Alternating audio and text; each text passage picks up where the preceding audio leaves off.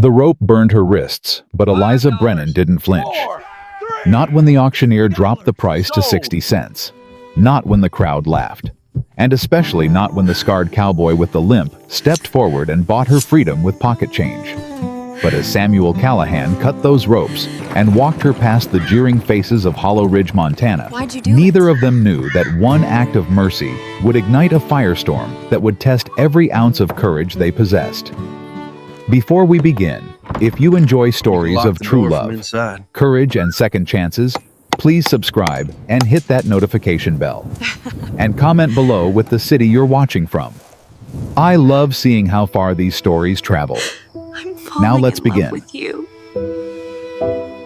The sun hammered down on the auction yard with the kind of heat that made men mean and women faint. Eliza stood in line with 7 other women. I'm home. Her thick arms folded across her chest, her red hair plastered to her neck with sweat. The rope around her wrists was more for show than restraint. She could have snapped it if she'd wanted to. But there was nowhere to run. Not in Hollow Ridge, Montana. Not in 1883. Not for a woman with no money, no family, and a body that made respectable folks look away. The auctioneer, a weasel-faced man named Briggs, was working his way down the line. He'd already sold off 3 women, 2 pretty young things from St. Louis, who went for $12 each, and a widow from Kansas, who fetched 8. The crowd was getting restless now, eager for their noon meal, annoyed by the heat. "Next item," Briggs called out, his voice cracking. "Strong worker, good cook, healthy as an ox. We'll start at $5. Silence. The kind that rang in your ears. Eliza kept her eyes on the horizon, on the mountains that rose up beyond the town like jagged teeth. She wouldn't give them the satisfaction of seeing her shame. $4, Briggs tried again. "Come on, gentlemen, she'll earn her keep by winter." A snicker rippled through the crowd. Someone she didn't see who called out, "You paying us to take her?" The laughter was louder this time, sharper. Briggs mopped his forehead. $3, 2. Hell, $1 and she's yours." Nothing. Eliza felt something crack inside her chest, but she kept her face still as stone.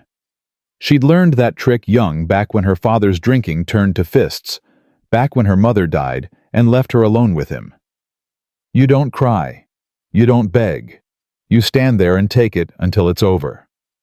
60 cents, Briggs said desperately. Final offer. That's when she saw him. He was leaning against the far fence away from the main crowd, a lean man with narrow shoulders and a hat pulled low. He wasn't tall, maybe 5'8", and there was something wrong with his right leg, the way he shifted his weight. But when he moved with purpose. He raised one hand. The auctioneer blinked. "You bidding, Mr. I am." The voice was quiet, but it carried. The laughter died. 60 cents then. Sold to... Briggs squinted. "Sam Callahan." The gate swung open.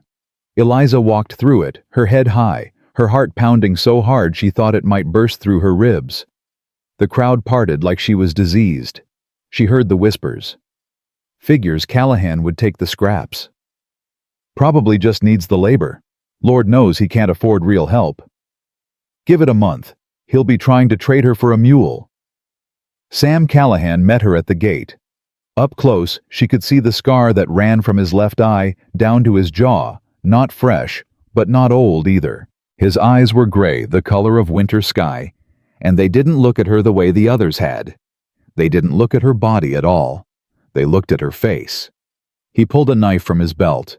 Eliza's breath caught, but he just cut the rope in one clean motion and let it fall to the dust. "You got anything back there you need?" he asked. "No." "Wagons this way." They walked through the crowd together.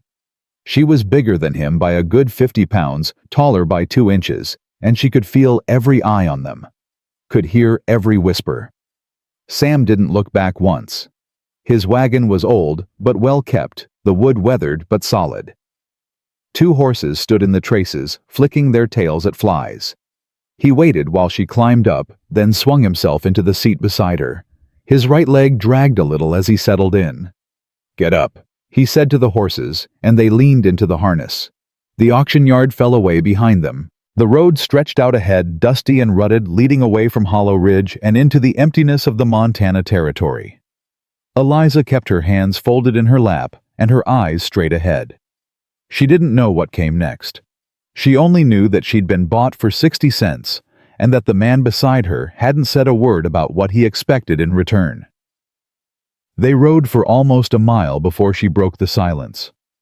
You didn't ask my name. Didn't figure it mattered until you wanted to tell me. His voice was level, matter of fact. It's Eliza, she said. Eliza Brennan.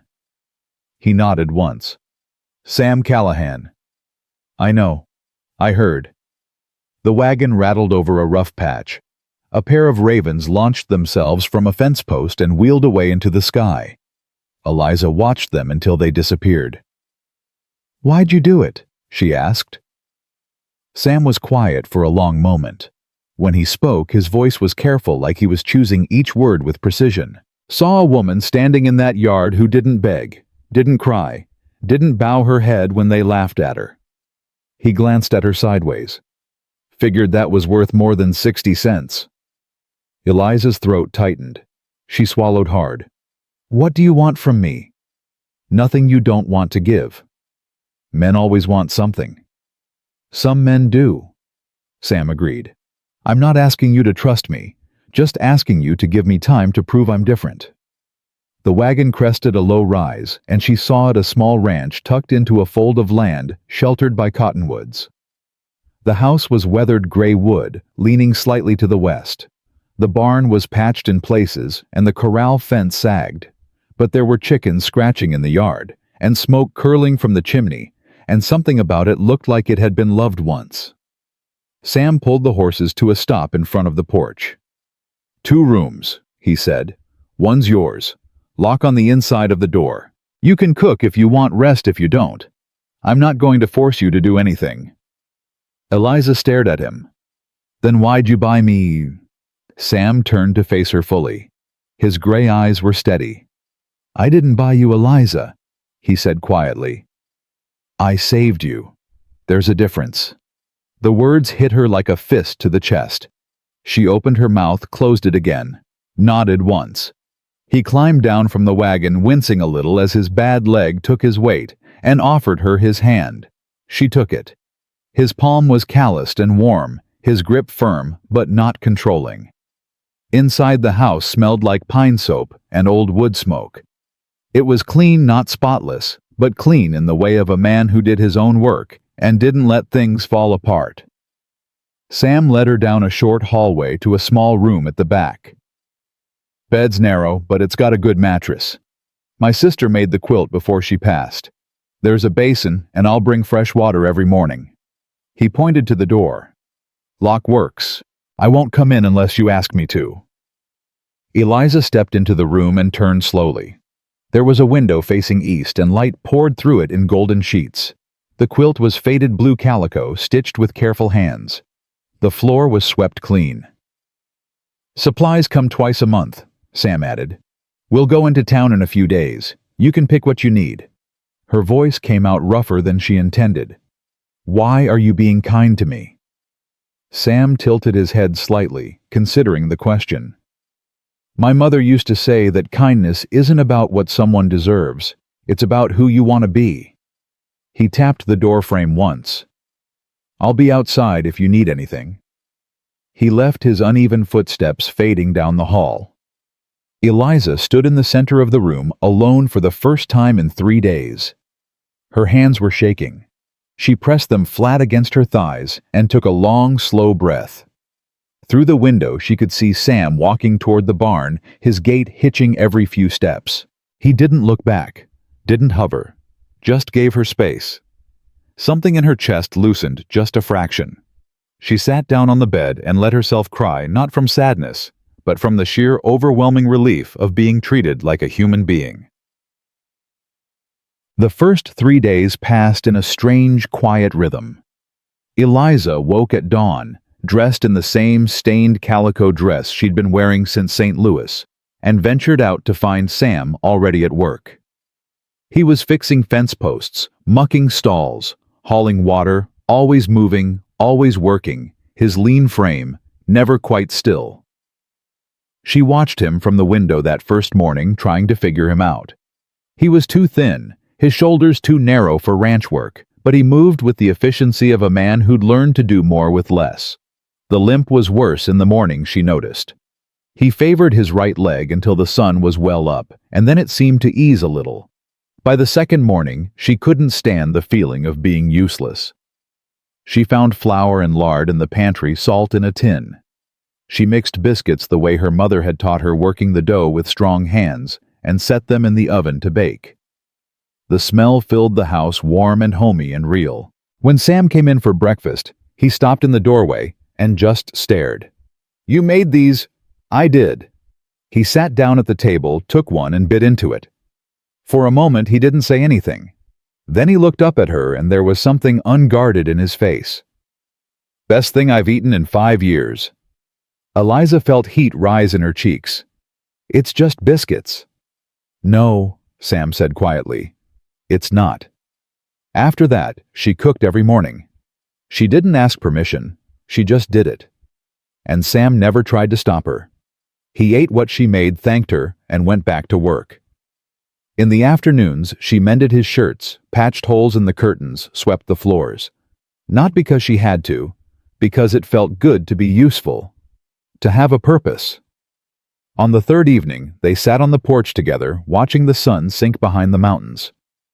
The air had turned cool, and the grasshoppers sang in the tall grass beyond the fence. "You don't have to work so hard," Sam said. "I know. So, why do you—" Eliza folded her hands in her lap. "Because I'm tired of feeling like I'm taking up space. I want to earn my keep." Sam shook his head slowly. "You're not here to earn anything, Eliza. You're here because you deserve a place to rest." She looked at him, at the scar on his face, at the way his hands rested easy on his knees, despite the hard day's work. He wasn't handsome. His face was too angular, his body too worn. But there was something solid about him, something true. "How'd you get the scar?" she asked. Sam touched his face absently. "Mining accident. Cave-in when I was 22. Rock took me across the face and crushed my leg. They told me I'd never walk again." He smiled faintly. "I did, but not well. Army wouldn't take me. Couldn't do hard labor anymore, so I came here." "And your sister?" His smile faded. "Fever took her 2 winters ago. She was only 19. "I'm sorry." "Me too." Sam's gaze drifted to the horizon. She was the one who made this place a home. After she died, it just felt empty. I kept working because I didn't know what else to do. Eliza's throat tightened. "Is that why you brought me here, to fill the space?" "No." Sam turned to look at her directly. "I brought you here because you looked like someone who'd been through hell and refused to let it break you. And I thought maybe we could both use someone who understood what that feels like." The words settled between them, honest and raw. Eliza nodded slowly. "Okay. Okay." They sat in silence as the stars began to prick through the darkening sky. For the first time in years, Eliza felt something close to peace.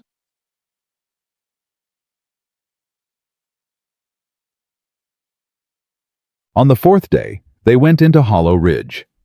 Sam drove the wagon slowly, giving the horses time to adjust to the weight of Eliza beside him. She'd tied her red hair back with a strip of faded ribbon and wore the same dress she'd been wearing since the auction. She had nothing else. "We'll get you some fabric at the store," Sam said as they rattled down the road. "And whatever else you need." "I don't need charity." "It's not charity. It's practical. Can't have you wearing the same dress every day." Eliza didn't argue, but her jaw was tight. She knew what was coming. She'd seen the way the town looked at her during the auction. Going back was going to be worse. They pulled up outside the general store just before noon. The street was busy, wagons parked in front of the mercantile, horses tied to hitching posts, men gathered outside the saloon. As soon as Sam helped Eliza down, heads turned. The whispers started immediately. Sam ignored them. He walked beside her into the store, his hand hovering near the small of her back, not touching, just present. A silent statement. Inside the store was dim and crowded with shelves of dry goods, bolts of fabric tools hanging from hooks. Margaret Whitmore stood behind the counter, her sharp face pinched with disapproval. "Sam," she said coldly. "Didn't expect to see you so soon." "Need supplies?" Sam replied evenly. "Flour, sugar, coffee, and some fabric." Margaret's eyes slid to Eliza. "For her, yes. We don't extend credit to—" she paused delicately. "To transients." Sam's jaw tightened. "I'm paying cash." "Still," Margaret sniffed, "I'd hate for you to waste your money on someone who won't be around long." Eliza felt the words like a slap, but she kept her face blank. She'd heard worse. Sam leaned forward slightly, his voice dropping. "Mrs. Whitmore, I'm going to say this once. You can sell me what I need, or I can take my business to the trading post in Silver Creek. Your choice." Margaret's mouth thinned, but she nodded stiffly. "Fine. What kind of fabric?" "Whatever she wants," Sam said, turning to Eliza. "Pick what you like." Eliza moved to the bolts of cloth stacked against the wall. There were calicos and ginghams, plain muslins, and one beautiful deep green wool. She ran her fingers over the green, then pulled her hand back. "That one's expensive," Margaret said loudly. "I'll take it," Eliza said quietly. Sam nodded. "And 2 yards of the blue calico, and thread." Margaret measured and cut with angry precision, slamming the fabric onto the counter. Sam paid, without a word, scooped up the parcels, and handed them to Eliza.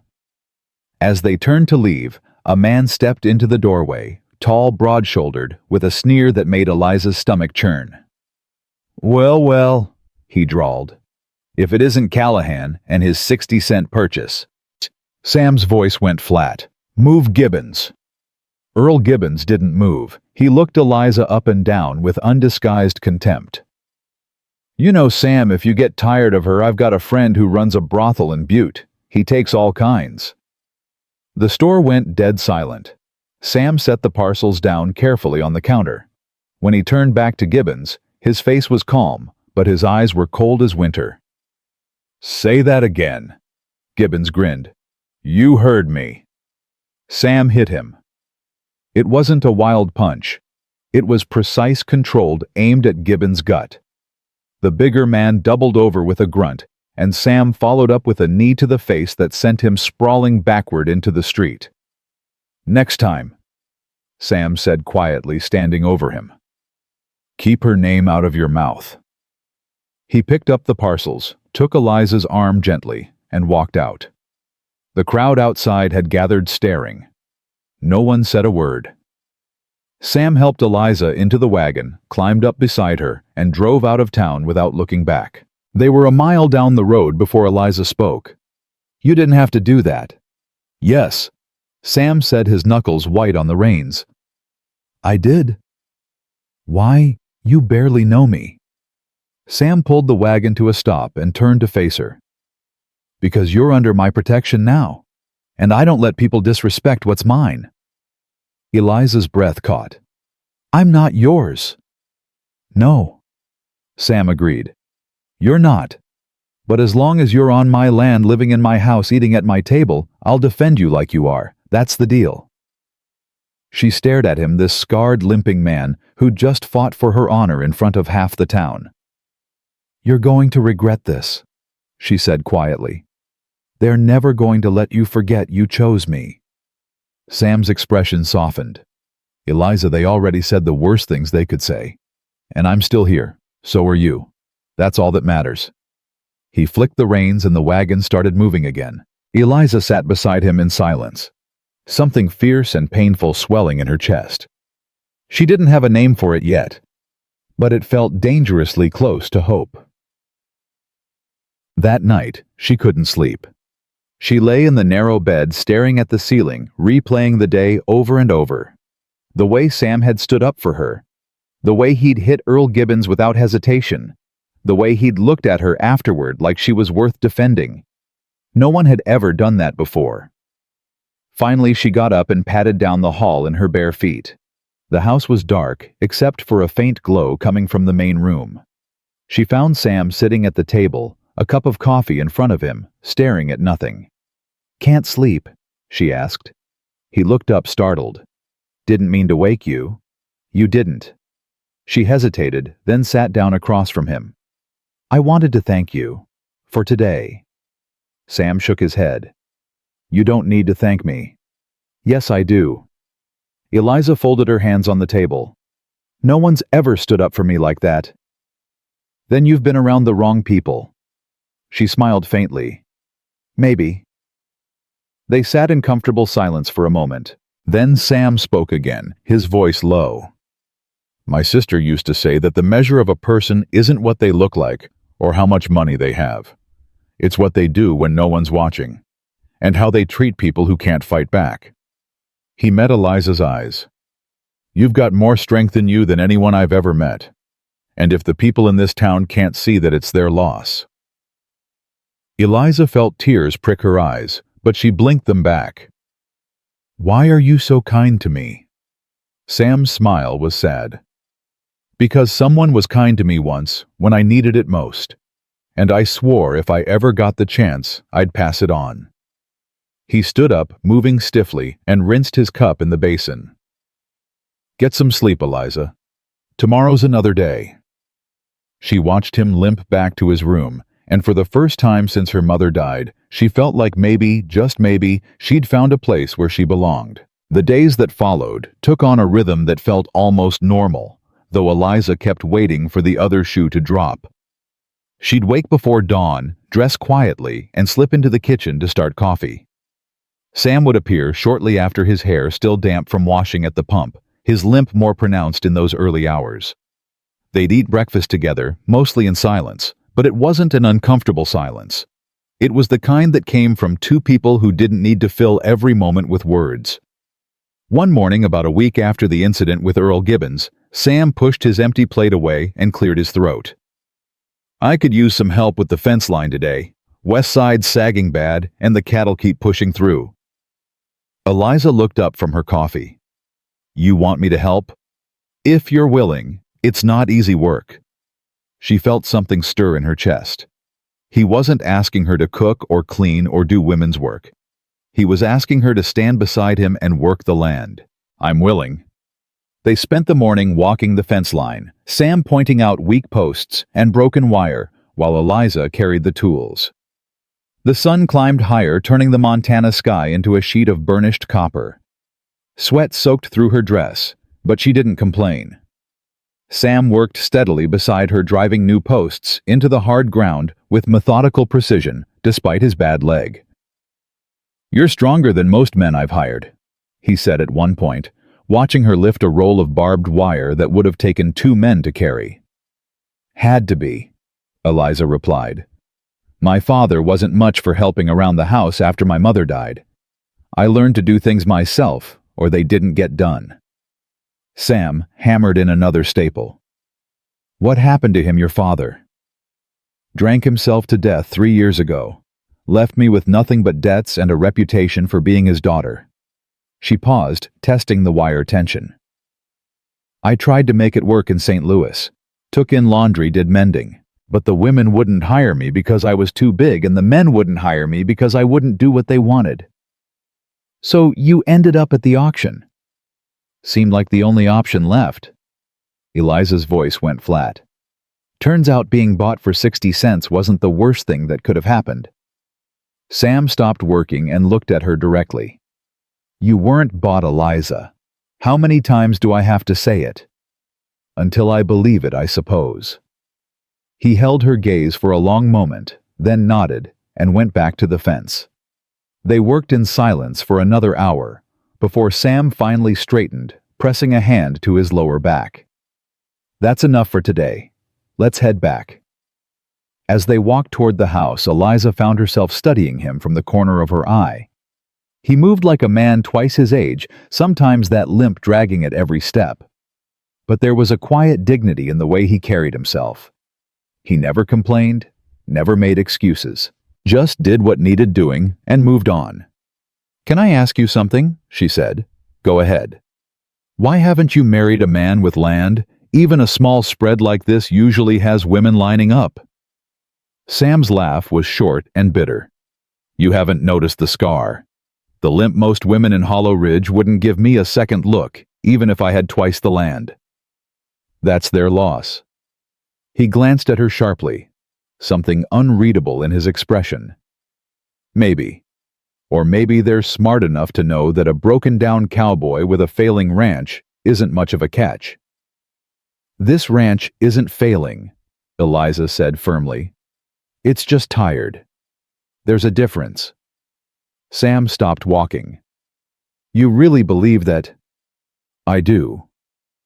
Something softened in his face, and for the first time since she'd met him, he smiled. Really smiled, not just that faint upturn of his mouth, but a genuine expression that reached his eyes and made him look 10 years younger. "Then maybe we've got a chance after all." That night after supper, Reverend Pike came calling.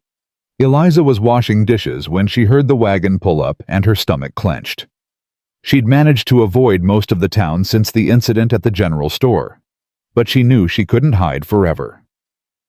Sam answered the door, and she heard the low murmur of men's voices.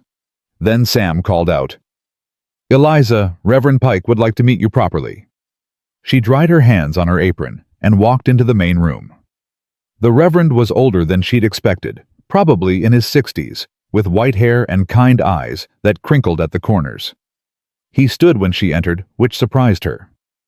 "Miss Brennan," he said, extending his hand, "I wanted to stop by and welcome you to Hollow Ridge properly." Eliza shook his hand, wary. "Thank you, Reverend. I also wanted to apologize for the way you were treated at the auction. That wasn't Christian behavior, and I'm ashamed I didn't speak up." The words caught her off guard. She'd expected judgment, maybe a sermon about sin and redemption, not an apology. "It's not your fault," she managed. "Perhaps not, but silence in the face of cruelty is its own kind of sin." Pike settled back into his chair, his gaze moving between her and Sam. "I've known Sam here for 5 years now. He's one of the finest men I've ever met. If he's vouching for you, that's good enough for me." Eliza felt her throat tighten. "I appreciate that. I also wanted to extend an invitation to both of you for Sunday services. I know the congregation hasn't been particularly welcoming, but the church belongs to everyone, not just those who think they're better than others." Sam spoke up from where he leaned against the doorframe. "We'll think about it, Reverend. That's all I ask." Pike stood to leave, then paused. "One more thing. Margaret Whitmore has been spreading some rather nasty gossip about your arrangement here. I want you both to know that I don't put any stock in it, and I've told her as much." "What kind of gossip?" Eliza asked, though she could guess. "The kind that questions your morals and Sam's intentions." Pike's expression hardened. "I told her that two people living under the same roof with honor and respect is more godly than half the marriages in this town. Don't let her poison bother you." After he left, Eliza stood by the window, watching his wagon disappear down the road. Sam came to stand beside her. "That was unexpected," she said. "Pike's a good man, one of the few around here who actually practices what he preaches. Do you want to go to church on Sunday?" Sam was quiet for a moment. "Do you?" Eliza turned to face him. "I'm not afraid of them if that's what you're asking." "I know you're not. I'm asking if you want to sit in a room full of people who've already judged you and pretend to worship alongside them." She considered this. Maybe it's time they learned I'm not going anywhere. Sam's smile was grim. "Then we'll go, but I'm warning you now, it won't be pleasant. Nothing worth doing ever is." Sunday morning dawned clear and cold, with frost coating the grass and the horse's breath coming out in white plumes. Eliza dressed in the green wool dress she'd made from the fabric Sam had bought her. It wasn't fancy, but it was new and clean and made her feel almost presentable. She'd spent 3 nights sewing it by lamplight, her fingers remembering the skills her mother had taught her. Sam wore his only suit threadbare at the elbows, but brushed clean. He helped her into the wagon without a word, and they rode into town through the morning mist. The church was a small white building at the end of Main Street, its steeple reaching toward the sky like a finger pointing at judgment. Wagons and horses crowded the yard, and people milled around outside in their Sunday best, talking in low voices. The conversation died the moment Sam's wagon came into view. Eliza felt every eye turn toward them as Sam pulled up and set the brake. He climbed down, then came around to help her. His hand was steady as she took it, and he didn't let go as they walked toward the church entrance. "Well," a woman's voice said loudly, "I never thought I'd see the day." Eliza recognized Margaret Whitmore standing with a cluster of other women, all of them dressed in their finest, with expressions of barely concealed disgust. "Some people have no shame," another woman added, just loud enough to be heard. Sam's hand tightened slightly on Eliza's, but he kept walking. They climbed the steps and entered the church. Inside the pews were already filling, and the murmur of conversation dropped to whispers as they walked down the aisle. Reverend Pike stood at the pulpit, and when he saw them, his face lit up with genuine welcome. He gestured toward a pew near the front. Sam guided Eliza into it, sitting close enough that their shoulders touched. She could feel the weight of every stare boring into her back. The service began, and Pike's voice rang out strong and clear. He preached about the Good Samaritan, about how the priest and the Levite passed by the wounded man, but the Samaritan stopped to help. His eyes swept the congregation as he spoke. "It's easy to show kindness to those we deem worthy," he said. "The pretty, the prosperous, the powerful. But true charity, true Christian love, is shown to those the world has cast aside. The broken, the forgotten, the ones nobody else wants." Eliza felt tears prick her eyes, but she blinked them back. Beside her, Sam sat with his jaw tight and his hands folded in his lap. After the service, they filed out with everyone else. Pike shook Sam's hand warmly and smiled at Eliza. "I'm glad you came," he said simply. "Thank you for the sermon, Reverend," Eliza replied. They were almost to the wagon when Margaret Whitmore stepped into their path, flanked by 3 other women. "I want to speak with you, Sam Callahan," she said, her voice sharp as broken glass. Sam's expression didn't change. "Then speak. It's not proper what you're doing. Having that woman living in your house unmarried, it's a scandal." "Eliza has her own room with a lock on the door. We maintain separate quarters. There's nothing improper about it." "People talk." "People always talk, Mrs. Whitmore, usually because their own lives are too dull to occupy their minds." One of the other women gasped. Margaret's face flushed red. "You'd do well to remember your place in this community, Sam. You're not so well established that you can afford to alienate everyone." "I'm not trying to alienate anyone," Sam said evenly. "I'm just trying to live my life with decency and respect. If that bothers you, that's your problem, not mine." He took Eliza's arm and steered her around the women toward the wagon. But Margaret wasn't finished. "She'll ruin you," she called after them. "Mark my words, that woman will drag you down to her level, and then you'll see what you've thrown away." Sam stopped. Slowly he turned back. "Mrs. Whitmore, I'm going to say this once, and I suggest you listen carefully. Eliza Brennan is worth 10 of you. She works harder, complains less, and has more courage in her little finger than you've shown in your entire life. If anyone's being dragged down, it's her by having to endure the judgment of small-minded, cruel people who call themselves Christian but don't know the first thing about charity." The silence that followed was absolute. Even the horses seemed to hold still. Margaret's mouth opened and closed like a landed fish. The women around her looked shocked, scandalized, delighted by the drama. Sam didn't wait for a response. He helped Eliza into the wagon, climbed up beside her, and drove away. They were halfway home before Eliza spoke, her voice shaking. "You shouldn't have said that. You just made an enemy of the most influential woman in town." "I don't care." "Sam, she can make your life hell. She can turn the whole town against you." The town was already against me, Sam said quietly. The moment I bid on you, I chose sides. And I'd choose the same side again. Eliza looked at him, at this stubborn, scarred man who kept defending her when it cost him everything. Why? She whispered. Why do you keep fighting for me? Sam pulled the wagon to a stop in the middle of the empty road. He turned to face her fully, his gray eyes intense. Because someone needs to. Because you deserve it. Because I'm tired of watching good people get crushed by those who think they're better.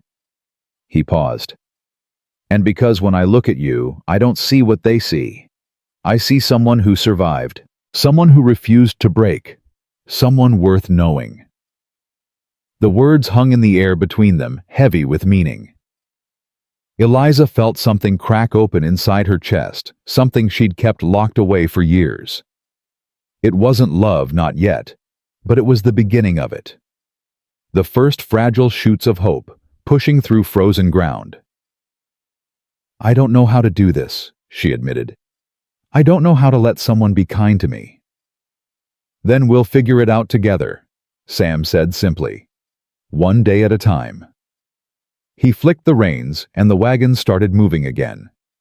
Eliza sat beside him, her hands folded in her lap, and let herself imagine what it might be like to have a future. A real one, not just survival, but something more. Something worth holding on to. The weeks that followed were harder than either of them expected. Word of Sam's confrontation with Margaret Whitmore spread through Hollow Ridge like wildfire, and the consequences were swift. The next time Sam went into town for supplies, the general store refused to sell to him. The blacksmith turned him away when he needed a wagon wheel repaired. Even the saloon keeper, who'd always been friendly, suddenly had no time for him. Sam came home that day tight-lipped and furious, and Eliza knew without asking what had happened. We'll go to Silver Creek for supplies, she said firmly. It's farther, but they don't know us there. That's a full day's ride. Then we make it a full day's ride. Sam looked at her for a long moment, then nodded. All right, we'll go tomorrow. That night, Eliza lay in bed thinking about everything that had changed in the past month. She'd gone from being auctioned off like cattle to living in a house where she had her own room and was treated with respect. From being laughed at by an entire town to having someone willing to defend her, even when it cost him his livelihood. She thought about Sam, about the way he moved through the world with quiet determination, despite his injury. About the way he never asked her for anything but gave freely anyway. About the scar on his face, and the limp in his step, and the way neither of those things diminished him one bit. And she realized with a start that made her breath catch that she was falling in love with him. The thought terrified her. Love had never been kind to her. Her father had claimed to love her mother, and then drank himself into rages. Men had claimed to want her, and then demanded things that made her skin crawl. Love was just another word for control, for ownership, for pain. But Sam didn't control her, didn't own her, didn't demand anything. He just stood beside her and asked her to do the same. The next morning they loaded up the wagon and set out for Silver Creek before dawn. The journey took them through rough country, up into the foothills, where the trees grew thick and the road narrowed to barely more than a trail. Sam drove carefully, mindful of the steep drops and rocky terrain. They talked as they traveled, the conversation flowing easier than it ever had before. Sam told her about his years in the mines, about the explosion that had nearly killed him, and the long, painful recovery afterward. About his sister Rose, who'd nursed him back to health and never complained once about the burden. She wanted to be a teacher, he said, his voice distant. She was smart, smarter than me by a mile. But there wasn't any school out here, and we couldn't afford to send her east. So she stayed and took care of me and the ranch until the fever took her. You blame yourself, Eliza said softly. Every day. Sam's hands tightened on the reins. She gave up everything for me, and I couldn't save her when it mattered. You can't save everyone, Sam. I know, but I should have saved her. Eliza reached over and placed her hand over his. He startled at the contact, then turned his hand palm up and laced his fingers through hers. They rode like that for a long time, connected by touch and shared grief. Silver Creek was smaller than Hollow Ridge, but friendlier. The merchants there didn't know them and didn't care about their history. Sam bought supplies while Eliza picked through bolts of fabric, and for a few hours they were just two people running errands like any other couple. On the way home, as the sun began to sink toward the horizon, Sam pulled the wagon off the road into a small clearing overlooking a valley. The view was spectacular, the land spreading out below them in shades of gold and amber. "I used to come here with Rose," he said quietly. She loved this spot, said it made her feel like she could see the whole world. Eliza climbed down from the wagon and walked to the edge of the clearing. The wind caught her hair, pulling strands loose from her braid. She closed her eyes and just breathed, feeling the vastness of the land around her. Sam came to stand beside her. "What are you thinking?" "That I've never felt this free in my entire life." When she opened her eyes and looked at him, she found him watching her with an expression she couldn't quite name.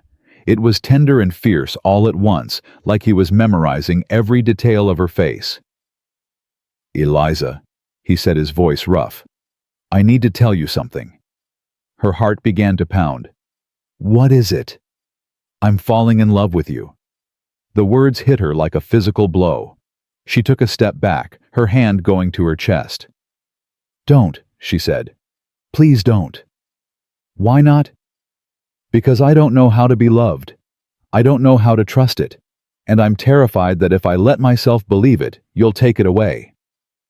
Sam reached for her hand, moving slowly, giving her time to pull away if she wanted. She didn't. His fingers closed around hers, warm and steady. "I'm not asking you to love me back," he said. "I'm just telling you the truth. And the truth is that you're the strongest, bravest person I've ever met. You make this house feel like a home again. You make me want to be better than I am. And I don't care if you're scared or if you don't believe me. I'll keep showing up every day until you do." Eliza's eyes filled with tears. "I'm not brave. I'm terrified all the time." "Being brave doesn't mean you're not afraid. It means you keep going anyway." Sam squeezed her hand gently. "And you keep going. Every single day. That's what makes you brave." She looked down at their joined hands, at the way his calloused palm fit against hers, at the way he held on without crushing, supported without controlling. "I don't know if I can do this," she whispered. "Then don't. Just stand here with me right now. That's all I'm asking." So she did. She stood beside him as the sun set over the Montana territory, holding his hand and letting herself imagine that maybe, just maybe, she could have this. Could have him. Could have a future that didn't involve running or hiding or being ashamed of who she was. The ride home was quiet, but it was a different kind of quiet. The kind that came from understanding, from words spoken and truths acknowledged. When they reached the ranch, Sam helped her down from the wagon and carried the supplies inside while she lit the lamps. They worked together to put everything away, moving in comfortable synchronicity. And when they finally sat down to a late supper, Sam looked across the table at her and smiled. "Thank you," he said. "For what? For not running. For staying. For giving me a chance to prove I mean what I say." Eliza's throat tightened. "I should be thanking you."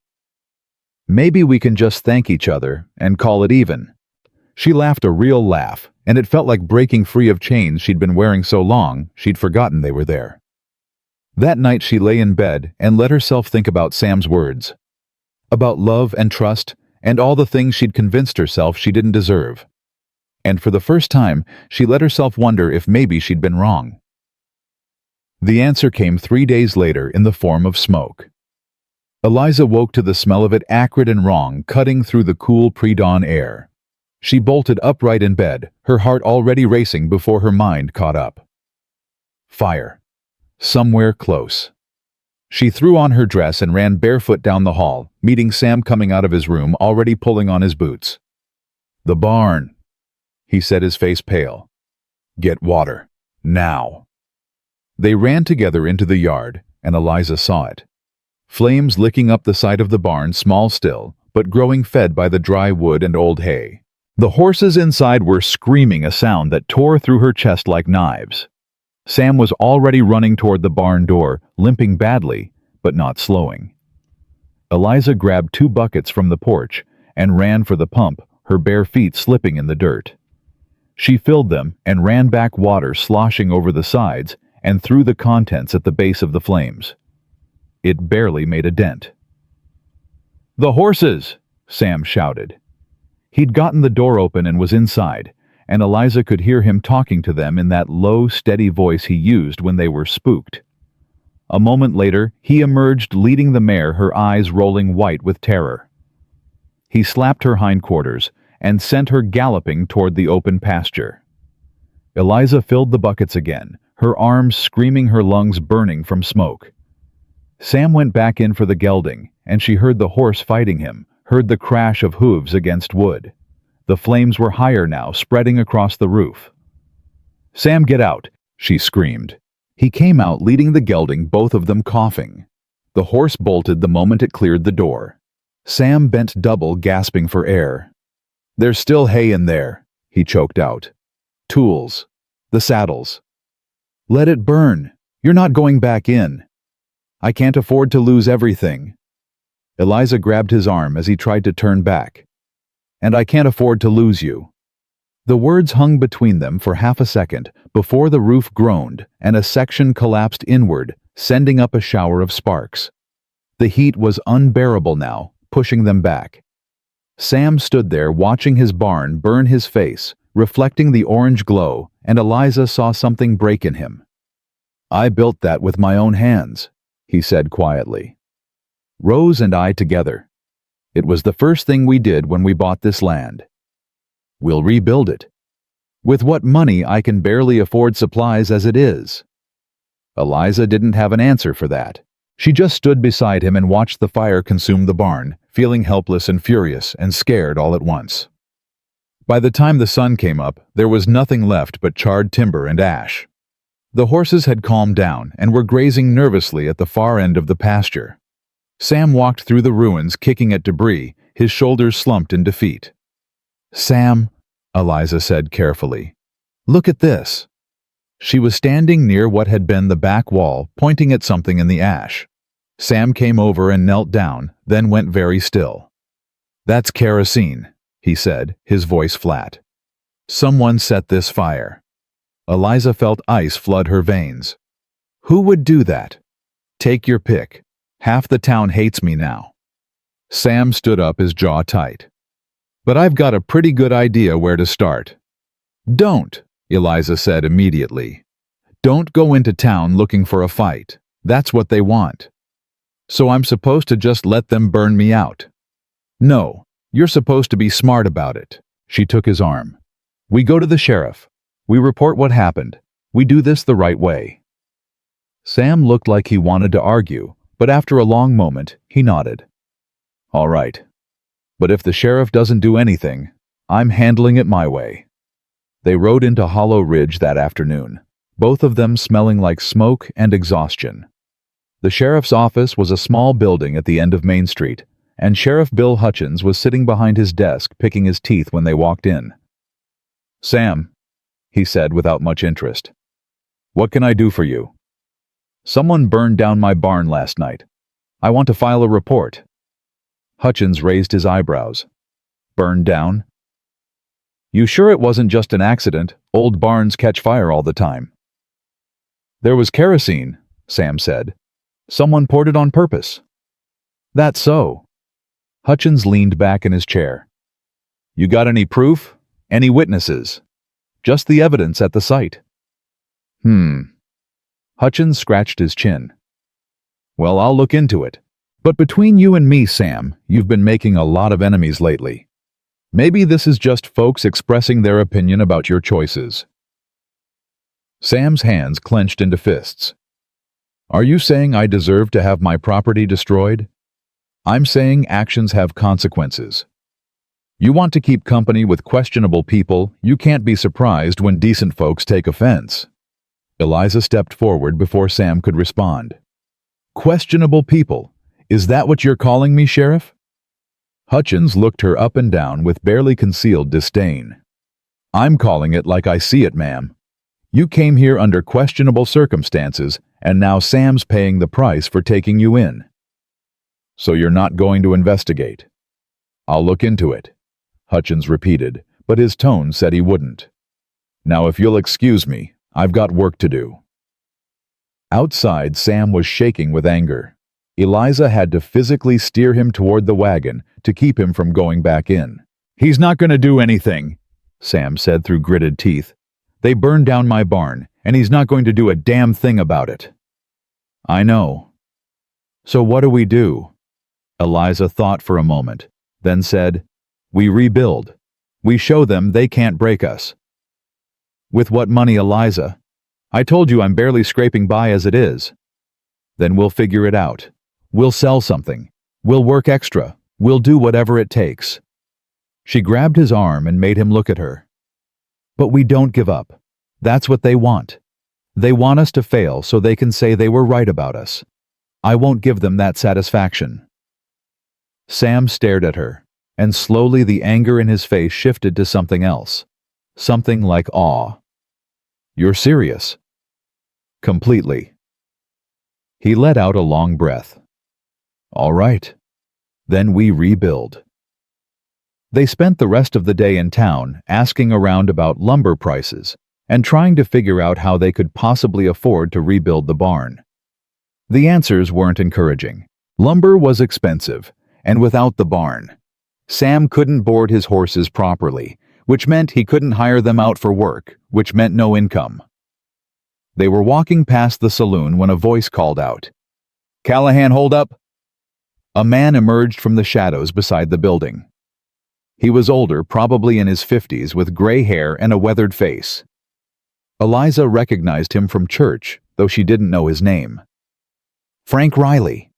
The man introduced himself, shaking Sam's hand. I heard about your barn. I'm sorry.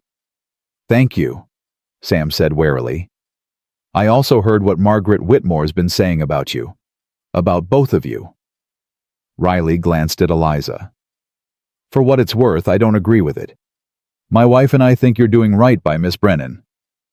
Sam's expression softened slightly. I appreciate that. More than that, I want to help. Riley pulled a folded paper from his pocket. I've got lumber sitting at my place from a shed I never got around to building.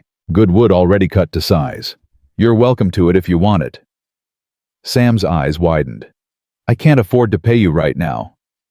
I'm not asking you to pay. I'm offering it as a neighbor to a neighbor. Riley's expression was firm. Pike's sermon the other day got me thinking about how we treat people, about what it means to be Christian. Figure this is my chance to do better. Eliza felt her throat tighten. That's very kind of you, Mr. Riley. It's the least I can do. Riley shook Sam's hand again. Come by tomorrow and we'll load up your wagon. And Sam, you need help with the building, you let me know. I've got some time. After he left, Sam and Eliza stood in the street looking at each other. Maybe not everyone's against us, Sam said quietly. Maybe not. The next week was brutal. They worked from dawn until well after dark every day, hauling lumber from Riley's place and beginning the slow process of rebuilding the barn. True to his word, Frank Riley showed up the second day with 2 of his sons, and they worked alongside Sam without complaint. Other people started coming too. A few men from church that Eliza didn't know. A young couple who'd recently moved to Hollow Ridge and hadn't been poisoned by Margaret Whitmore's gossip yet. Even Reverend Pike rolled up his sleeves and helped frame the walls. But the majority of the town stayed away, and some made their disapproval very clear. Eliza was in the general store one afternoon buying nails when she overheard Margaret Whitmore talking to another woman. It's a shame what Sam's doing to himself, Margaret said, her voice dripping with false sympathy. He could have had a decent life if he hadn't gotten mixed up with that woman. Some men just don't have good sense.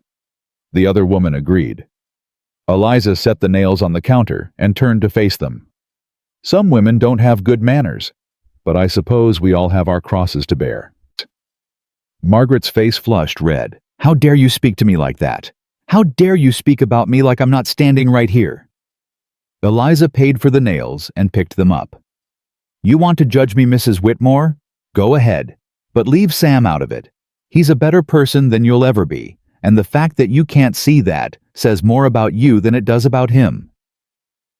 She walked out before Margaret could respond, her hands shaking, but her head held high.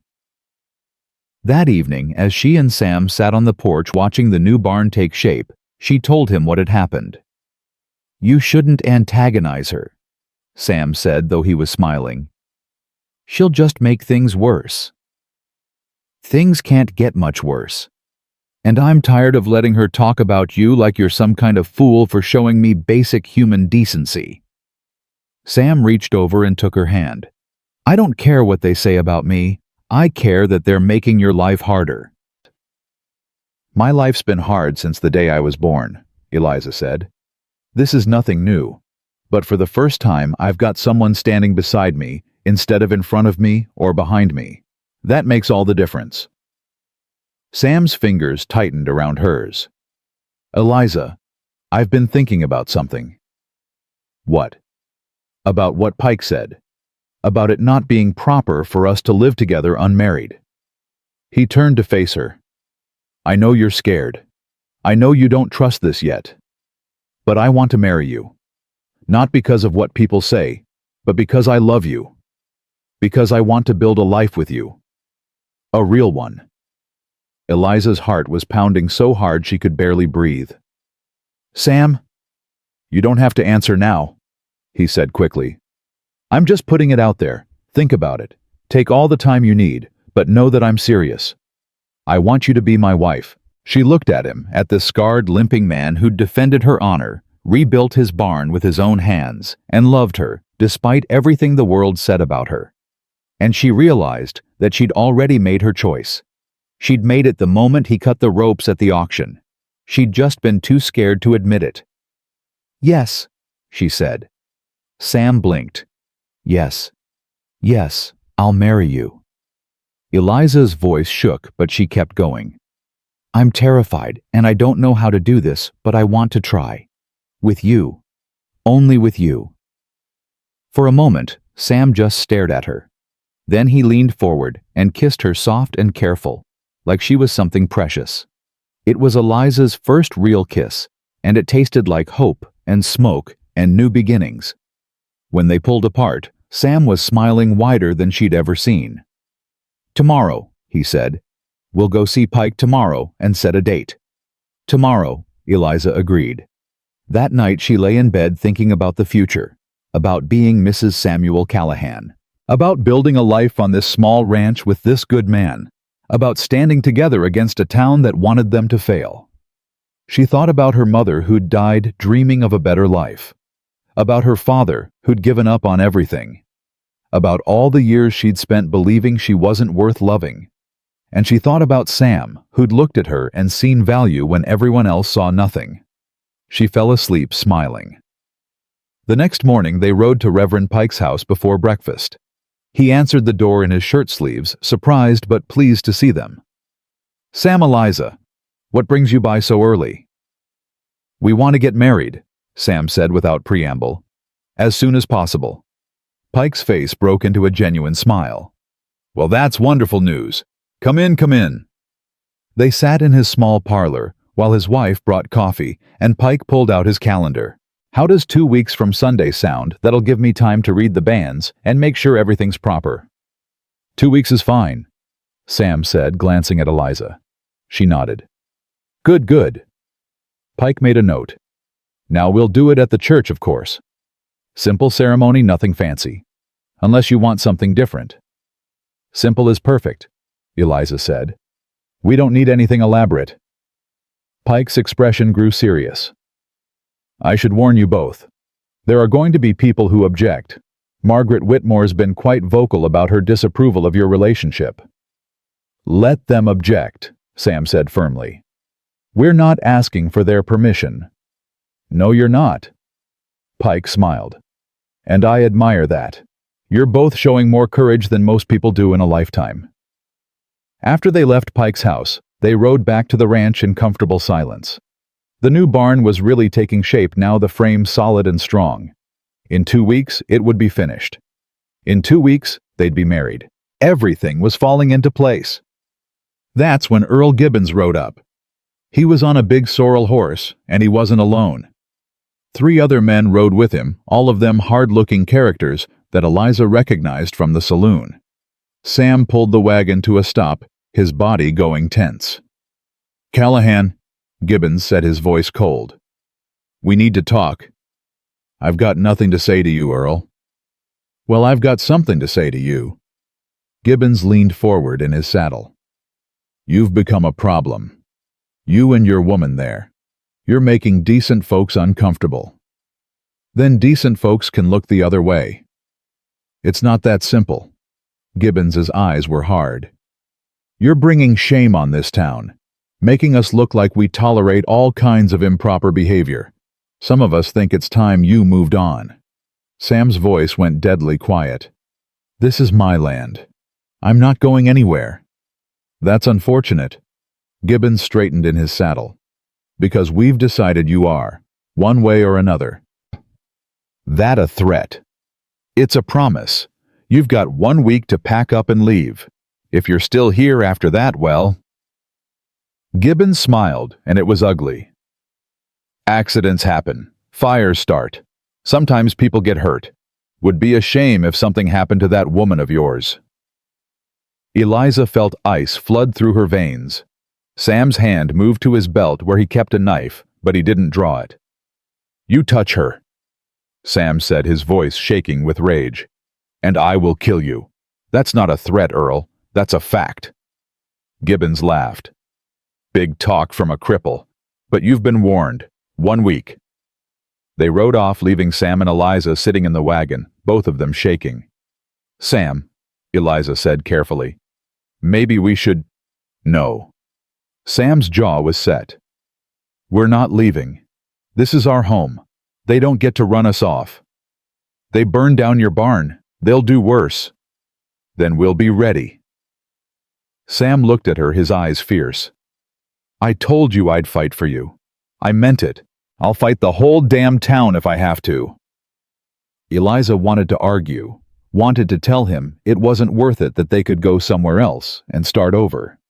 But she looked at the ranch, at the half-built barn, and the house where she'd found the first peace she'd known in years, and she couldn't do it. "All right," she said quietly. "Then we fight." Sam nodded once, then drove the wagon up to the house. That evening, he cleaned his rifle and checked the ammunition. Eliza sharpened the kitchen knives and made sure all the doors had working locks. They didn't talk about what might happen. They just prepared. The week passed in tense silence. Sam worked on the barn during the day, but kept his rifle close. At night, he did rounds of the property checking for intruders. Eliza barely slept, jumping at every sound. Frank Riley and some of the other men who'd been helping with the barn stopped coming. Not because they wanted to, Eliza suspected, but because they'd been warned off. Only Reverend Pike still visited, and even he looked worried. "Sam," he said on the 5th day, "I think you should consider leaving for a while, just until things calm down." "I'm not running, Reverend." "It's not running, it's being smart. These men are serious." "So am I." Pike sighed. "Then at least send Eliza somewhere safe. If something happens..." "I'm not going anywhere," Eliza interrupted. "My place is here." Pike looked between them and shook his head sadly. "Then I'll pray for you both. That's all I can do." On the 7th day, nothing happened. The deadline passed without incident. Sam and Eliza sat on the porch that evening, watching the sun set, wondering if maybe Gibbons had been bluffing. They found out the next morning that he hadn't been. Eliza woke to Sam shaking her shoulder, his face grim in the pre-dawn darkness. "Get dressed," he said quietly. "Quickly." "What's wrong?" "There are men outside. At least 6 of them. They've surrounded the house. Eliza's hands trembled as she pulled on her dress, her fingers fumbling with the buttons. Through the window, she could see shadows moving in the gray light shapes of men with rifles slung over their shoulders. Her stomach twisted into knots. "How many?" she whispered. "6 that I can see. Could be more."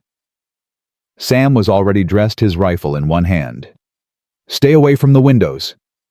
"What are they waiting for?" "Dawn. They want people to see what happens." Eliza felt bile rise in her throat. "Sam, maybe we should—" A voice rang out from the yard, loud and mocking. "Earl Gibbons. Callahan, time's up. Come on out, and let's talk like civilized men." Sam moved to the window, careful to stay to the side where he couldn't be seen clearly. "You want to talk, Earl, then send your friends home and come to the door like a civilized man yourself." "Can't do that, Sam. See, we're here to make sure you understand the situation." Gibbons' voice was full of false cheer. "You've got 2 choices. Pack up your things and leave, or we burn you out. Simple as that. This is my land. You've got no right." "We've got every right. We're protecting our town from the likes of you and that whore you're living with." Sam's jaw clenched so hard, Eliza heard his teeth grind. She put a hand on his arm. "Don't," she said quietly. "That's what he wants. He wants you angry and stupid." Sam took a long breath and nodded. He called back out, "You're making a mistake, Earl. I've got witnesses who saw you threaten me. Sheriff knows about it." Gibbons laughed and the other men joined in. "Sheriff's the one who told us where to find you, you idiot. You think Hutchins gives a damn about a cripple and his fat whore. He wants you gone as much as we do."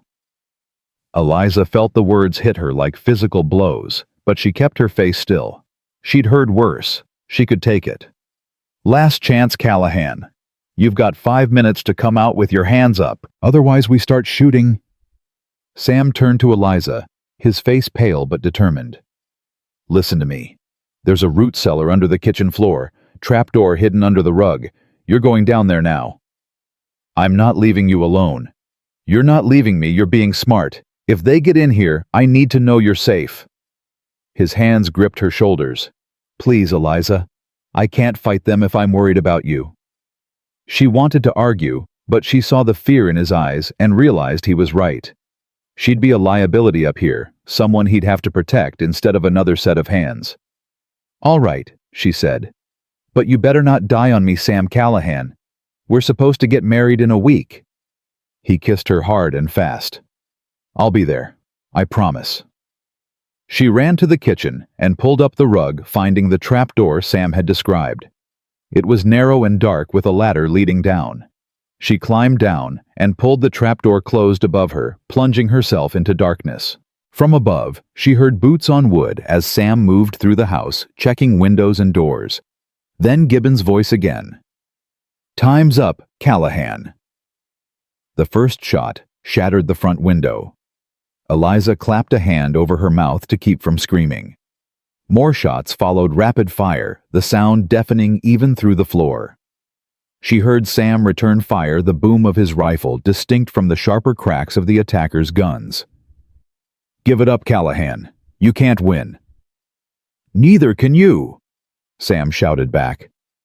"I can hold out here longer than you can stay." "Maybe. But we brought enough kerosene to burn you out if we have to. How long can you hold your breath?" Eliza's blood ran cold. They'd burn the house with Sam inside. With her inside. She felt panic rising and forced it down. Think. There had to be a way out of this. The shooting continued sporadic now, both sides conserving ammunition. Eliza felt along the walls of the cellar, trying to remember what Sam had said about it. There was another way out, she was almost certain. An escape tunnel in case of Indian attacks built by the previous owner. Her hands found rough wood, then hinges. A door. She pushed against it, and it gave slightly stuck from disuse. She threw her weight against it, and it burst open, revealing a narrow tunnel barely wide enough for her to crawl through. She didn't hesitate. She crawled into the darkness, moving as fast as she could, dirt raining down on her head.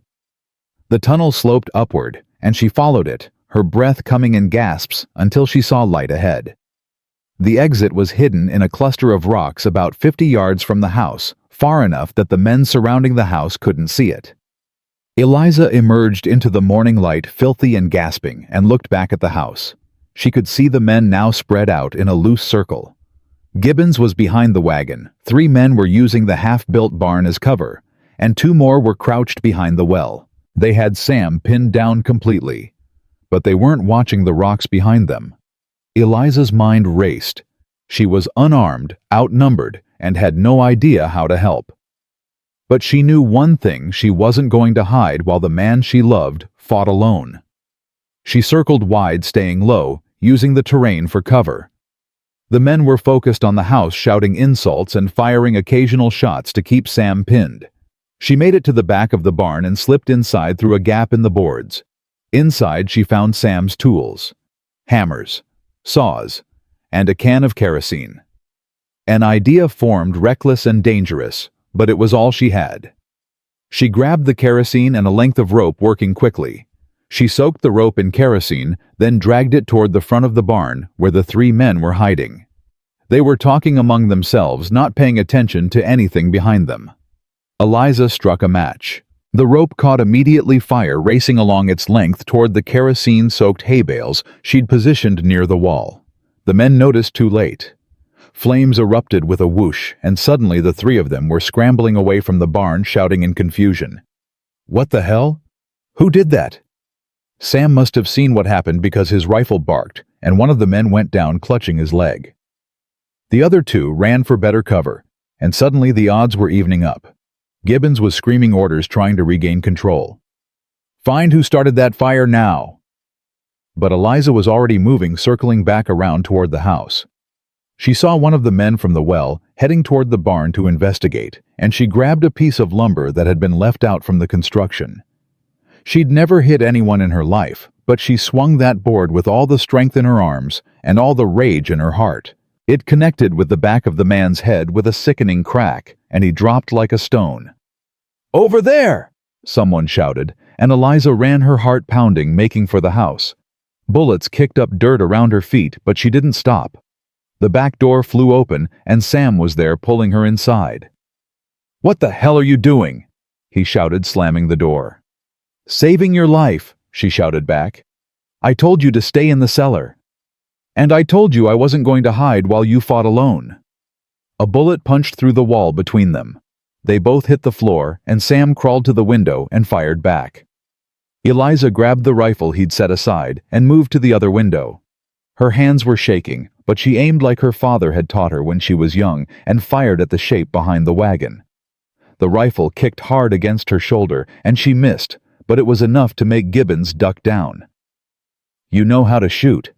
Sam asked, surprised. "A little. My father taught me before he started drinking." "Good. Keep them pinned down." They fought together, trading shots with the men outside, making every bullet count.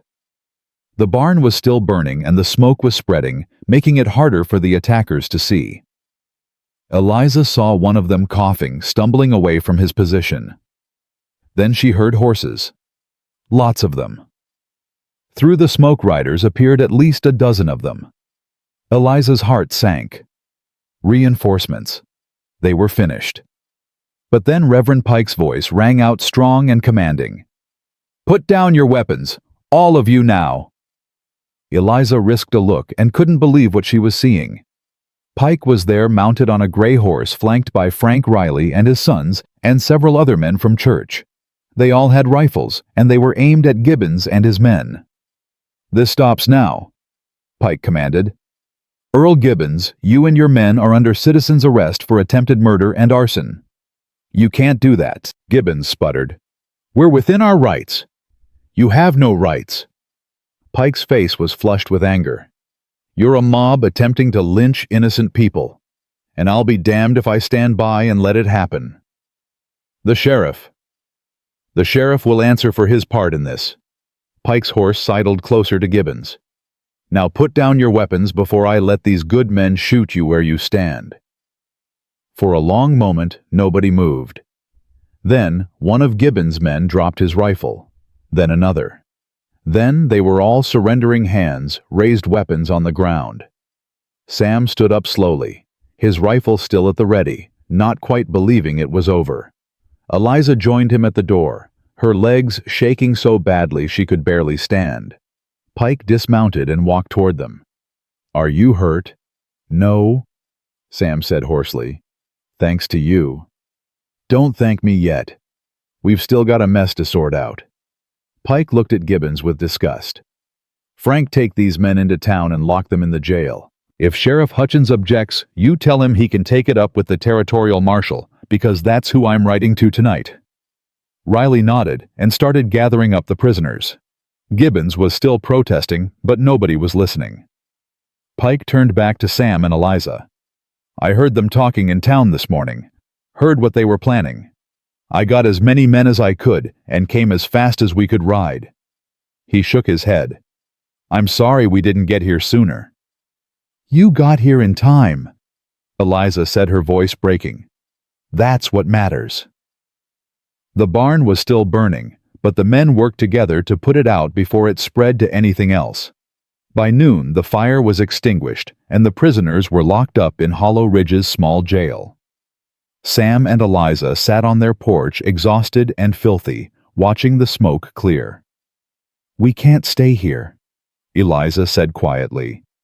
"Even with Gibbons locked up, this town won't ever accept us." Sam was silent for a long time. Then he said, "Maybe you're right. Maybe it's time to move on." "Where would we go? I've got a cousin in Wyoming. He's got more land than he can work. Been asking me for years to come help him." Sam looked at her. "It would be a fresh start. Nobody there knows us. Nobody there would judge you." Eliza felt tears slip down her cheeks. "You'd give up your ranch. Everything you and Rose built. Rose is gone. This place is just land and wood. You're what matters now."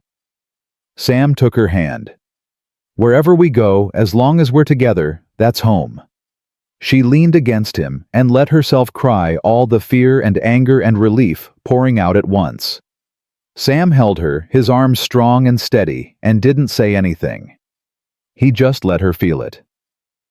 That evening, Reverend Pike came back with news. The territorial marshal was sending a deputy to investigate. Sheriff Hutchins had already resigned, knowing what was coming. And more surprisingly, several families in town had offered to help Sam and Eliza rebuild. "Margaret Whitmore's influence isn't what it used to be," Pike said with satisfaction. "Turns out most folks don't appreciate her nearly getting people killed with her gossip. She and her friends are pretty isolated right now." "What about Earl Gibbons?" Sam asked. "He'll stand trial. Probably do time in territorial prison. The others too, though they might get lighter sentences, since they were following his lead." Pike smiled. "Point is, you won. You stood your ground, and you won." After he left, Sam and Eliza sat in silence for a while. "What do you want to do?" Sam asked finally. Eliza thought about it. Thought about running away versus standing her ground. About making a life here versus starting fresh somewhere new. About fear versus courage. "I want to stay," she said. "I want to rebuild the barn. I want to get married next Sunday like we planned. I want to show this town that they didn't break us." Sam smiled slow and warm. "You sure?" "I'm sure. We've got friends here now, real ones. And this is our home. I'm done running from people who want to make me feel small." "All right then." Sam squeezed her hand. "We stay. We build. We live our lives and let them watch." The week before the wedding passed in a blur of activity. Men came from all over to help finish the barn, working harder and faster than before. Women started appearing at the door with food and offers to help with wedding preparations. Even people who'd avoided them before suddenly wanted to make amends. Margaret Whitmore never apologized, but she also stopped spreading gossip. Eliza saw her once in town, and the older woman looked away quickly, her face pinched with something that might have been shame. The new barn was finished 2 days before the wedding, solid and strong, and Frank Riley's sons painted Sam and Eliza's names on the beam above the door. It wasn't much, but it meant everything. On Saturday evening, Eliza tried on the dress she'd made for the wedding. It was simple blue calico with white lace at the collar that one of the churchwomen had donated. She looked at herself in the small mirror Sam had hung in her room and barely recognized the woman staring back. She wasn't the same person who'd stood on that auction block 2 months ago.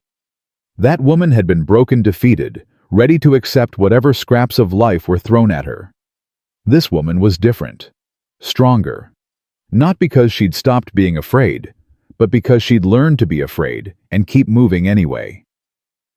There was a soft knock on her door. "Come in," she called. Sam opened the door, then stopped, his eyes going wide. "Eliza, you look like a bride," she finished, smiling. "Like the most beautiful thing I've ever seen." She felt heat rise in her cheeks. "You're biased." "Damn right I am." He came closer, taking her hands. "I wanted to give you something. It was my mother's." He pulled a small cloth bag from his pocket and opened it, revealing a simple gold ring. Not fancy, just a plain band worn smooth with age. "She gave it to Rose when she was dying," Sam said quietly. "Told her to give it to me when I found someone worth marrying. Rose kept it safe all those years." His voice caught. "I think she'd be happy knowing you're wearing it." Eliza's vision blurred with tears. "Sam, I can't. It's too important." "You are important. You're the most important thing in my life." He pressed the ring into her palm. "Take it, please." She closed her fingers around it and nodded, not trusting her voice. Sam kissed her forehead gently. "Get some sleep.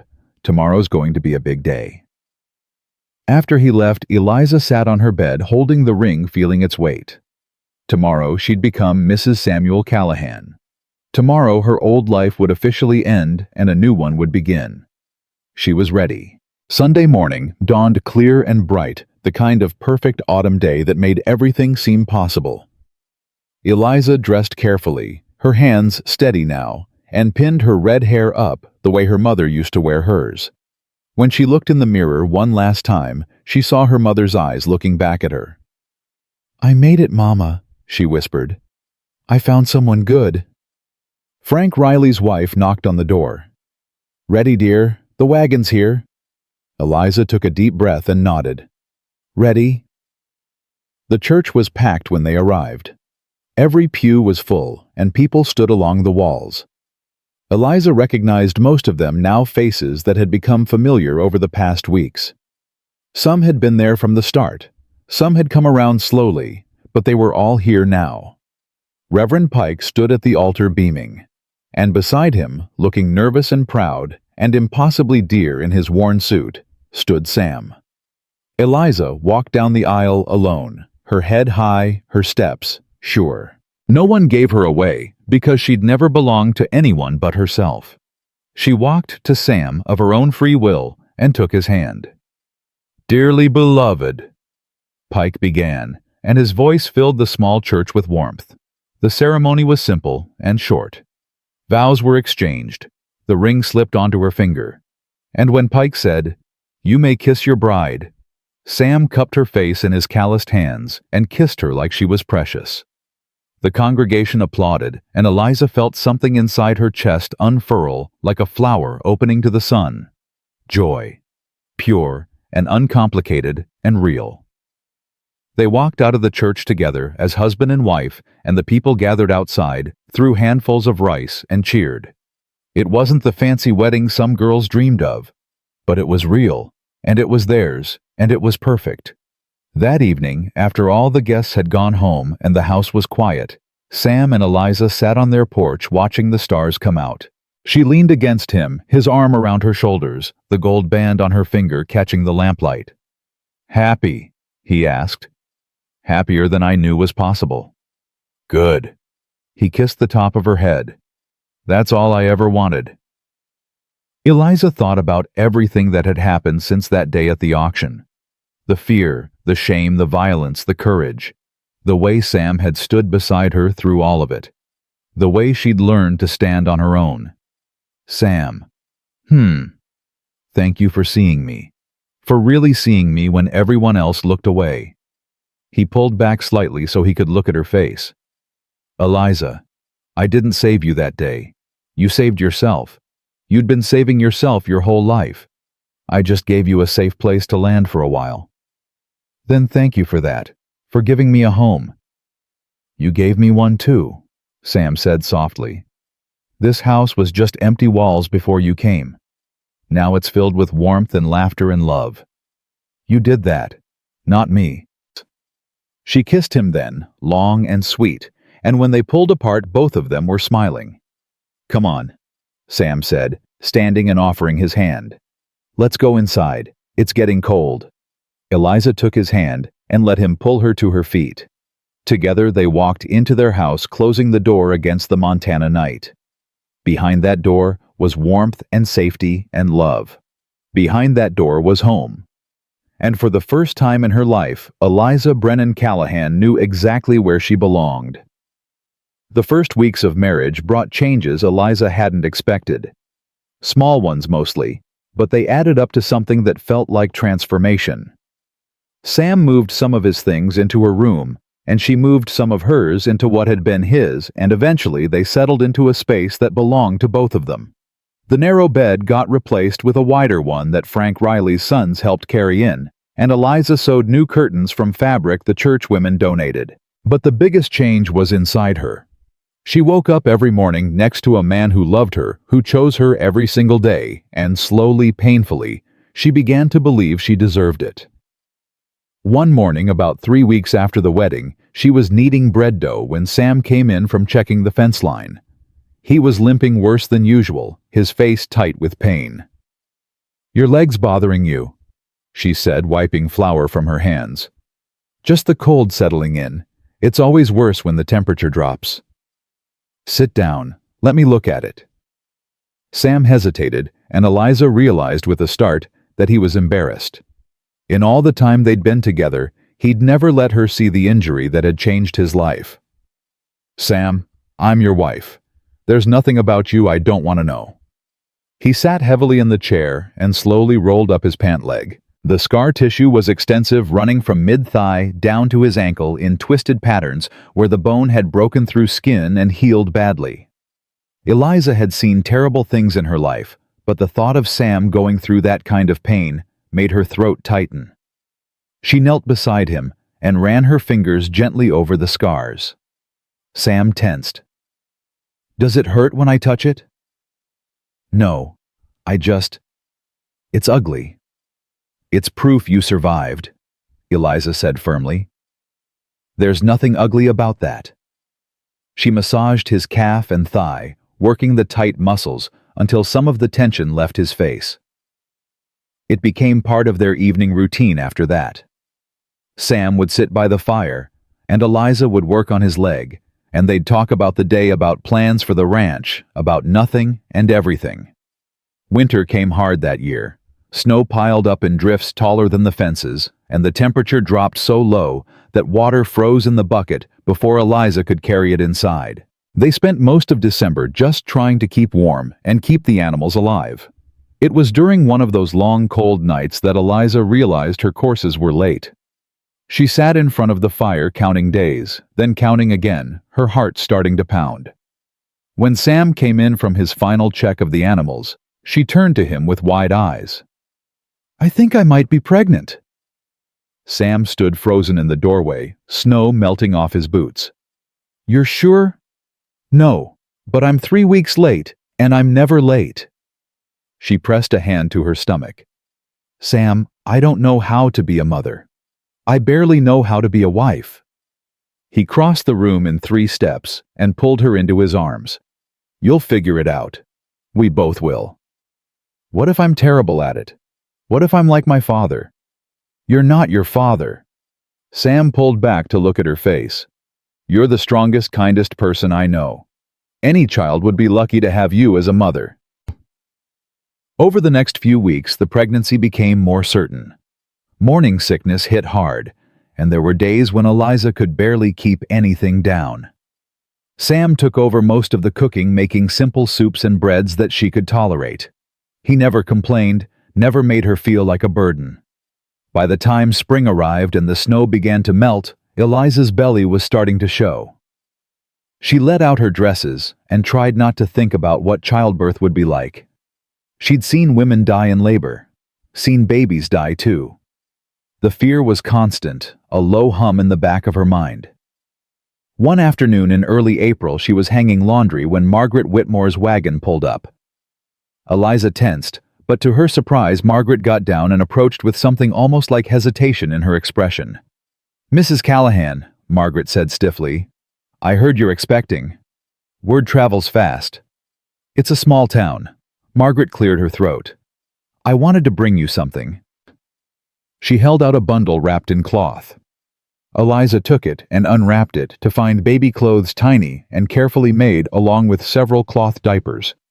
"These were my daughter's," Margaret said. "She's grown now with children of her own. I thought you might have use for them." Eliza didn't know what to say. This was the woman who'd made her life hell for months, who'd spread vicious gossip and tried to run them out of town. "Why?" she finally asked. Margaret looked down at her hands. "Because I was wrong about you, about both of you, and I'm trying to do better." She met Eliza's eyes. "I can't take back what I said or did, but I can try to be the person I should have been from the start." It wasn't a full apology, but it was something. "Thank you," Eliza said quietly. "This is kind of you." Margaret nodded and left without another word. Eliza stood holding the baby clothes and felt something shift inside her. Forgiveness maybe, or at least the beginning of it. That evening, she showed Sam what Margaret had brought. He turned the tiny gown over in his hands, his expression soft. "A baby," he said wonderingly. "We're really having a baby." "Are you scared?" "Terrified, but in a good way, I think." He set down the gown and pulled Eliza close. "This child is going to be so loved, so wanted. That's more than a lot of kids get." "That's more than I got," Eliza said quietly. "Then we'll do better. We'll be better." The months passed in a blur of preparation. Frank Riley and his sons built a cradle. The church women threw a quilting bee and made blankets. Even people who'd been standoffish before started warming up, bringing gifts and advice and offers of help. Reverend Pike stopped by one afternoon to check on them. "You two have done something remarkable," he said, accepting a cup of coffee. "You've changed this town." "We haven't done anything but try to live our lives," Sam said. "That's exactly it. You stood up for what was right even when it cost you everything. You showed people that courage looks like, that love looks like." Pike smiled. "Half the young people in Hollow Ridge are talking about following your example, standing up to their parents, choosing their own paths, refusing to let others dictate their worth." Eliza felt tears prick her eyes. "We're just trying to survive." "You're doing more than surviving. You're thriving, and you're showing others that they can too." By late August, Eliza was huge and uncomfortable, ready for the baby to come but terrified of the process. She'd arranged for the midwife to attend a capable woman named Sarah Chen, who'd delivered half the babies in the territory. The labor started on a Tuesday morning early and hard. Eliza's water broke while she was making breakfast, and the pain came fast after that. Sam sent for Sarah and then hovered uselessly while Eliza tried to breathe through the contractions. "You should go outside," Eliza gasped between pains. "This isn't something you need to see. I'm not leaving you." "Sam, please. I don't want you to watch me like this. I watched you fight off armed men and set a barn on fire. I think I can handle childbirth." Despite the pain, Eliza laughed. "You're impossible. I learned from the best." Sarah arrived within the hour and took charge immediately. She examined Eliza, declared everything was progressing normally, and set about preparing the room. Sam stayed at Eliza's side, holding her hand, wiping her forehead with a cool cloth, murmuring encouragement. The labor lasted 18 hours. 18 hours of pain so intense, Eliza thought she might die from it. She screamed and cursed, and at one point told Sam she hated him for doing this to her. He just held her hand tighter and told her she was doing great. Finally, as the sun was setting, Sarah said, "One more push, you're almost there." Eliza bore down with everything she had left, feeling like she was being torn in half, and then suddenly the pressure released and there was crying. Loud, angry, wonderful crying. "It's a girl," Sarah announced, holding up the squalling infant. "A big, healthy girl." Eliza collapsed back against the pillows, exhausted beyond words. Sarah cleaned the baby quickly and placed her in Eliza's arms. The infant stopped crying immediately, her tiny face scrunching up as she looked at her mother. "Hello," Eliza whispered, tears streaming down her face. "Hello, little one." Sam was crying too, she realized. This tough cowboy who'd faced down armed men and rebuilt his life from nothing was weeping openly as he looked at his daughter. "She's perfect," he said hoarsely. "Eliza, she's perfect." "She's got your eyes," Eliza said, studying the baby's face. "And your stubborn chin." Poor kid. They named her Rose after Sam's sister, with Mary as a middle name after Eliza's mother. Rosemary Callahan came into the world fighting and didn't stop. She was loud and demanding and absolutely beautiful. The first weeks were brutal. Eliza had never been so tired in her life. Rose nursed every 2 hours around the clock, and between feedings there were diapers to change and laundry to do and a house to keep. Sam helped as much as he could, but there were things only Eliza could do. She remembered those early days in fragments. The weight of Rose in her arms, the soft sound of her breathing, the way Sam would rock her in the middle of the night singing old songs in his rough voice. The pure terror of being responsible for this tiny, fragile life. But there were moments of pure joy, too. Rose's first smile, which came early and often. The way she'd grab Eliza's finger and hold on tight. The sound of Sam laughing when Rose spit up all over his good shirt. One evening, when Rose was about 6 weeks old, Eliza was nursing her in the rocking chair while Sam made supper. She looked around the small house at the cradle Frank had built, and the quilts the church women had made, and the baby clothes hanging on a line to dry. She thought about everything that had led to this moment. The auction, the fear, the violence, the slow building of trust and love. "What are you thinking?" Sam asked, glancing over at her. "That I'd do it all again," Eliza said. "Every terrible moment, every fight, everything, if it meant ending up here." Sam came over and kissed her forehead. "Me too." As Rose grew, so did their family's place in the community. They were invited to social gatherings, asked for advice, treated as respected members of Hollow Ridge. It wasn't always easy. There were still people who looked at Eliza with judgment, who whispered behind their hands. But there were more who didn't. More who saw her for who she was, not what she looked like. When Rose was 6 months old, Earl Gibbons got out of territorial prison. He'd served less than a year for the attack on their home, which Sam said was typical frontier justice. Eliza was terrified he'd come after them again, but Gibbons left Montana entirely. Last they heard, he was working on a cattle drive in Texas. Margaret Whitmore became something almost like a friend. Not a close one, but she'd stop by occasionally to check on Rose, and she never spread gossip about the Callahans again. Eliza thought maybe facing her own role in almost getting people killed had changed something in the older woman. Sheriff Hutchins was replaced by a young man from Denver who actually believed in enforcing the law fairly. Crime in Hollow Ridge dropped, and people started to trust the law again. Frank Riley and his family became like extended family to Sam and Eliza. Their children played with Rose as she got older, and hardly a week went by without the two families sharing a meal. Reverend Pike continued to preach about acceptance and courage and standing up for what was right. The congregation grew, and several families who'd left during the Troubles came back. When Rose was 2 years old, Eliza got pregnant again. This time she wasn't scared. She knew what to expect, knew she could handle it. The second labor was shorter but harder, and they had a son this time. They named him James, after Sam's father. Life settled into a rhythm. Hard work and small joys. early mornings and long days.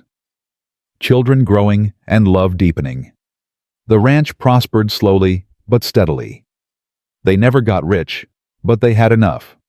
More than enough, really. On their 5th wedding anniversary, Sam took Eliza back to the overlook where he'd first told her he loved her.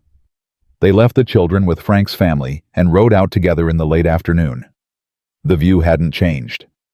Montana stretched out below them in shades of gold and green, vast and beautiful and unforgiving. But they had changed. Eliza wasn't the broken woman from the auction anymore, and Sam wasn't the lonely man trying to hold on to a dead sister's dream. "Do you ever regret it?" Sam asked, standing beside her at the edge of the clearing. "Staying here, fighting for this life." Eliza thought about it honestly. "Sometimes I wonder what would have happened if we'd left. If we'd gone to Wyoming like you suggested." She took his hand. "But then, I remember that running away wouldn't have changed who we are. We'd still be us, just somewhere else. And us is what matters." "Us," Sam repeated, smiling. "I like the sound of that." "Besides," Eliza continued, "someone had to teach this town that you can't judge people by how they look or where they come from. Might as well be us. You taught them more than that. You taught them what real courage looks like, what real strength is." Eliza turned to face him fully. "We taught them together. You stood beside me when you could have walked away. You defended me when it cost you everything. You loved me when I didn't know how to be loved." Her voice caught. "You saved me, Sam. You really did save me." "No," Sam said, cupping her face in his hands. "I gave you a safe place to land. But you saved yourself. You'd been saving yourself your whole life. I just got to watch you finally stop fighting alone." He kissed her, then soft and deep, and Eliza felt the same surge of joy and wonder she'd felt on their wedding day. 5 years. 2 children, countless struggles, and she loved him more now than she had then. They rode back to the ranch as the sun set, painting the sky in shades of orange and pink. Rose and James were waiting on the porch, and they ran to greet their parents with squeals of excitement. Sam scooped up James while Eliza lifted Rose, and they walked into the house together as a family. That night, after the children were asleep and the house was quiet, Eliza stood at the window looking out at the Montana darkness. Sam came up behind her and wrapped his arms around her waist. "Happy anniversary," he murmured against her hair. "Happy anniversary." "Any regrets?" Eliza thought about the woman she'd been at the auction. Ashamed, defeated, ready to accept whatever scraps of life were offered. She thought about the journey from there to here, the pain and fear and hard-won victories. "Not a single one," she said. "This life with you in this place we built together, it's everything I never knew I wanted." "Good," Sam said, holding her tighter. "Because I'm not letting you go. Not now, not ever. I wouldn't want you to." Outside, the wind picked up, carrying the scent of autumn and the promise of another harsh winter. But inside their house was warm and full of love and laughter. Inside, they had everything that mattered. Eliza Brennan had been bought for 60 cents at an auction, treated like livestock, judged and found wanting by people who didn't know her heart. But she hadn't stayed bought. She'd claimed her own freedom, built her own life, and found love in the most unexpected place. And Samuel Callahan, the scarred cowboy with the limp and the too small ranch, had done what no one else had bothered to do. He'd looked at her and seen her worth, had defended her honor and stood beside her, and loved her with a constancy that never wavered. Together, they'd built something stronger than the prejudice of small minds and the violence of cruel men. They'd built a home, a family, a life worth living. Years later, when their children asked about how they met, Sam would always say the same thing. "I didn't buy your mother. I saved her from people who couldn't see what she was worth." And Eliza would add, "And he gave me a chance to save myself." It wasn't a fairy tale. There was no perfect ending, no moment when all the problems disappeared. They still struggled. Money was always tight. Winters were always hard. and people in town still sometimes looked at Eliza with judgment in their eyes. But they had each other. They had their children. They had their land and their animals and their hard-won place in a community that had tried to reject them. They had survived, and more than survived, they had triumphed. Not because they were extraordinary, but because they were ordinary people who refused to give up, who stood their ground when running would have been easier, who loved each other through the fear and pain and uncertainty. And in the end, that was enough. More than enough. It was everything. The rope that had bound Eliza's wrists at the auction was long gone, cut away and discarded like the life she'd left behind. In its place was a gold ring freely given and freely accepted. In its place was a partnership built on respect and trust, and the kind of love that doesn't demand perfection, only presence. Sam Callahan had paid 60 cents for a woman at an auction and gained a wife, a partner, a love that would last the rest of his days. Eliza Brennan had stood on that auction block, broken and afraid, and walked away with her head held high and her heart finally whole. They didn't need anyone's approval or validation. They had each other, and that was all that mattered.